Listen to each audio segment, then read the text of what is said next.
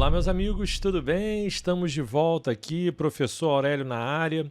Vamos agora trabalhar já dentro do estudo da Lei de Introdução às Normas do Direito Brasileiro.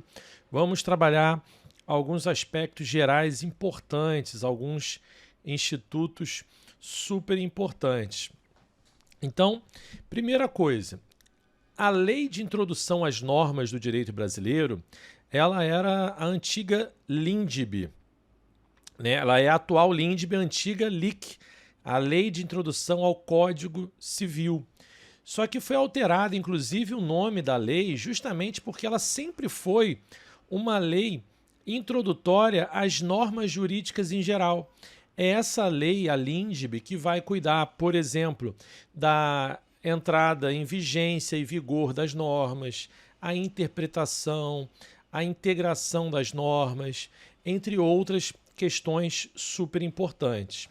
Então, nós vamos tratar aqui daqueles temas, eu gosto de trazer em sala de aula, aqueles temas teóricos, que o aluno estudando sozinho teria mais difícil de entender. Então eu trago para a sala de aula aquilo que eu entendo que a participação do professor é fundamental. Mas é também fundamental que você leia a letra da lei.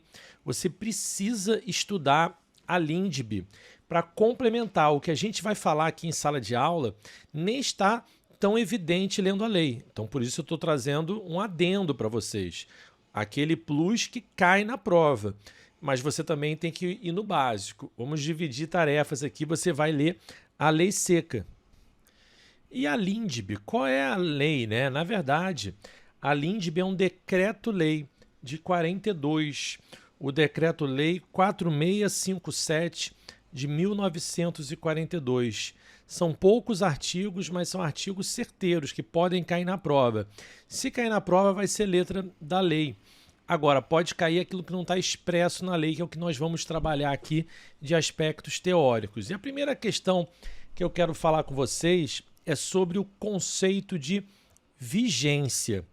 Quando eu falo em vigência, eu estou falando num critério de existência da norma. Quando eu digo que uma lei é vigente, é porque essa norma já existe para o ordenamento jurídico. E qual é o entendimento? Que a lei se torna vigente quando ela é publicada. Então, a lei se torna vigente quando ela é publicada, tá? Agora, vigor é diferente.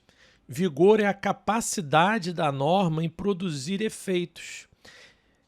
Então, o que acontece? Nem toda lei que é vigente, que é existente, ela já tem a capacidade de produzir efeitos. Vigor, que é a possibilidade, a capacidade da norma de produzir efeitos. E quando que uma norma entra em vigor? Depende. A própria lei, no seu texto, pode trazer a data de entrada em vigor. Por exemplo, essa lei entra em vigor na data da sua publicação. Aí vai coincidir vigência e vigor na mesma data. Mas a lei ela pode prever uma data futura, como o Código Civil de 2002 fez. Essa lei entra em vigor um ano após a sua publicação. O Código Civil de 2002 ele entrou em vigor dia 11 de janeiro de 2003, por isso. Esse período de tempo entre a vigência e a entrada em vigor da norma é o que se chama de vacatio legis. Durante esse período, a lei é vigente, ela existe, é válida, porém não produz efeitos. Perfeito? Isso é fundamental. Quando uma lei ela é publicada e ela não contém um dispositivo a respeito da sua entrada em vigor, no silêncio da lei, o que nós vamos aplicar? O artigo 1º da LINDB. A lei entrará em vigor 45 dias após a sua publicação. Então, se nada for dito, no Brasil, ela entra em vigor 45 dias após a sua publicação. Nos estados estrangeiros, quando a lei brasileira for obrigatória e admitida, ela entrará em vigor 3 meses após a sua publicação. Cuidado com a pegadinha. Não são 90 dias, são 3 meses, tá certo? Lembrando que antes de entrar em vigor, por exemplo, a lei ela já foi publicada, ela já tem vigência. Durante a vacatio legis, se ocorrer uma nova publicação do texto da lei, destinada à correção, mesmo que seja para simples correção, o prazo, né, de 45 dias aqui, por exemplo, o prazo da vacatio legis, começará a correr da nova publicação. E se a lei ela já está em vigor e tem uma publicação de uma nova lei para corrigir o seu texto, aí você considera-se lei nova, tá? Então essa nova lei vai ser uma lei nova, não é uma simples correção. Perfeito? Então isso sempre acaba caindo em prova. Agora, até quando a lei vai ter vigor? Até quando a lei vai ter vigor? Bom, enquanto ela tiver vigência, depois que ela já entrou em vigor, ela só perderá a vigência se outra lei a revogar. Então isso é interessante. Princípio da separação dos poderes. Se é o legislativo que edita e publica a norma, só o próprio legislativo pode retirar a sua existência, retirar a sua vigência. Então, veja só o que diz o artigo 2º da LINDB. Não se destinando à vigência temporária, a lei terá vigor até que outra a modifique ou revogue. Esse vigor aqui, leia-se propriamente vigência. Ela, né, só deixará de existir se outra lei a modificar ou revogar. Então, nós temos aqui o fenômeno da revogação.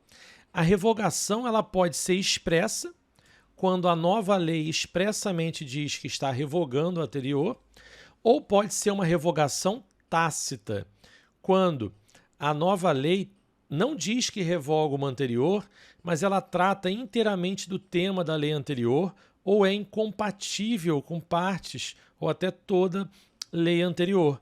Aí a gente fala de revogação tácita. Quando uma lei anterior é revogada por completo, a revogação total é chamada de abrogação. A revogação parcial é chamada de derrogação, quando é só um artigo, um parágrafo, uma parte da lei anterior revogada. Vale destacar também que a gente sabe que a lei nova que estabelece disposições gerais ou especiais das já existentes não revoga nem modifica a lei anterior. Mas leia-se, não revoga nem modifica a lei anterior por isso, por ser uma lei geral ou uma lei especial. O que a LINDB está querendo dizer aqui? Uma lei geral pode revogar uma lei especial? Pode, se o fizer expressamente ou tacitamente. Da mesma forma, uma lei especial pode revogar uma lei geral, se revogar de maneira expressa ou tácita. Quando você lê esse parágrafo 2º, parece o quê? Que a lei nova que estabeleça disposições gerais ou especiais a par das já existentes não revoga nem modifica a lei anterior, se não for incompatível, se não fizer expressamente. Então eu gosto de dizer o seguinte: por exemplo, o Código de Defesa do Consumidor entrou em vigor em 1990, quando estava em vigor o Código Civil de 16.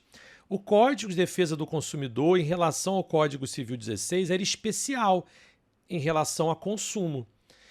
O CDC, que é lei especial, revogou o Código Civil, que era lei geral? Não. Por quê? Porque lei especial não pode revogar a lei geral? Não, não foi por isso. É porque ele não o fez expressamente e não tratou da mesma matéria. Da mesma forma, o Código Civil de 2002, quando entrou em vigor, ele revogou o CDC de 1990? Não. Por quê? O Código Civil é lei geral e o CDC é lei especial. Poderia uma lei geral revogar uma lei especial? Poderia, se dissesse expressamente, ou se o Código Civil trouxesse um capítulo inteiro sobre consumo, regulasse o tema de forma incompatível.